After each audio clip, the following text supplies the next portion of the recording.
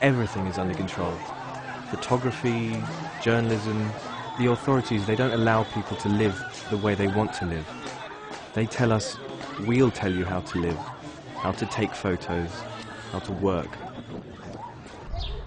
Javad Mukhini was on the streets during those days. Now he's had to leave Iran, seeking refuge in Turkey because of the photos he took. They're stunning images, but they cost him his job, because he was working for the Revolutionary Guard press agency Fars News, a tool of the state.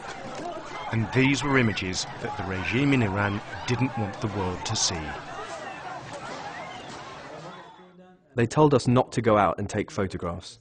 They did not issue us with permits. They had told us not to take photographs and said that we are not going to be responsible if anything happens to you.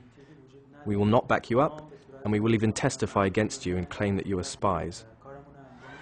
He defied his boss's orders, and this picture made it all the way to the front cover of Time magazine, every photographer's dream, but it was to be his downfall.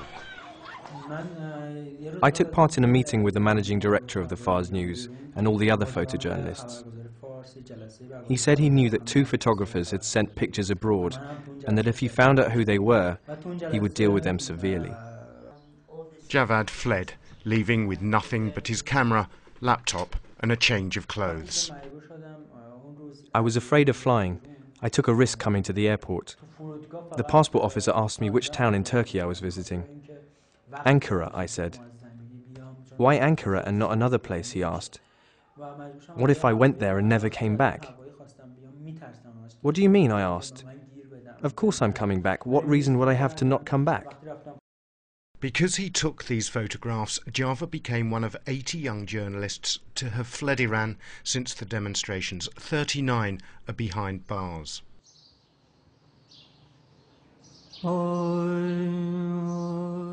And even though Azadi Square has fallen silent, the resistance is far from over. Because now they've been joined by the old guard. The custodians of the revolution are turning too. The current members of the Revolutionary Guard are saying that they have become very disheartened. The situation is becoming unbearable. One of the best places to understand why is here, in the Martyrs' Cemetery just outside of Tehran. This solemn place is where the dead of the Iran-Iraq war lie buried. Millions died.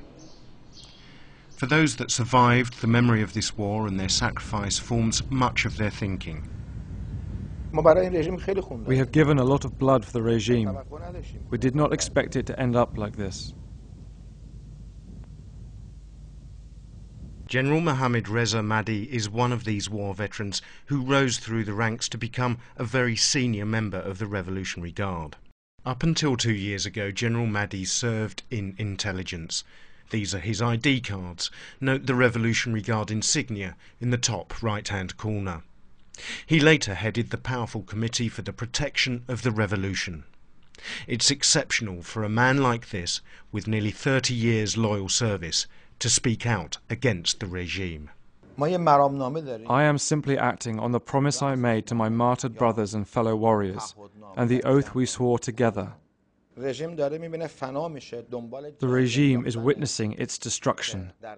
The regime is prepared to instill fear and insecurity into the people within Iran in order to ensure its stability. It has got to that stage. The regime is sinking. Every morning he puts on his bulletproof vest. It's a daily ritual. He's scared for his life. General Mahdi fled Iran 2 years ago after falling foul of the current leadership. Now he flits from country to country to avoid capture.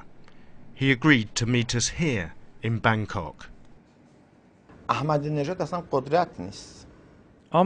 has no power. He's a puppet, a plaything. He does what he's told.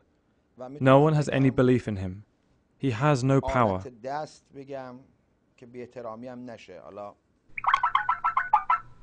سلام علیکم آقا. سلام علیکم آقا. من فقط زنگ زدم عرض‌ادایی بکنم و یه احوال پرسی. Just as Iran's young bloggers use the internet to post their messages of dissent, so the general connects to the internet, conducting a whispering campaign with other high-ranking co-conspirators in Iran via Skype.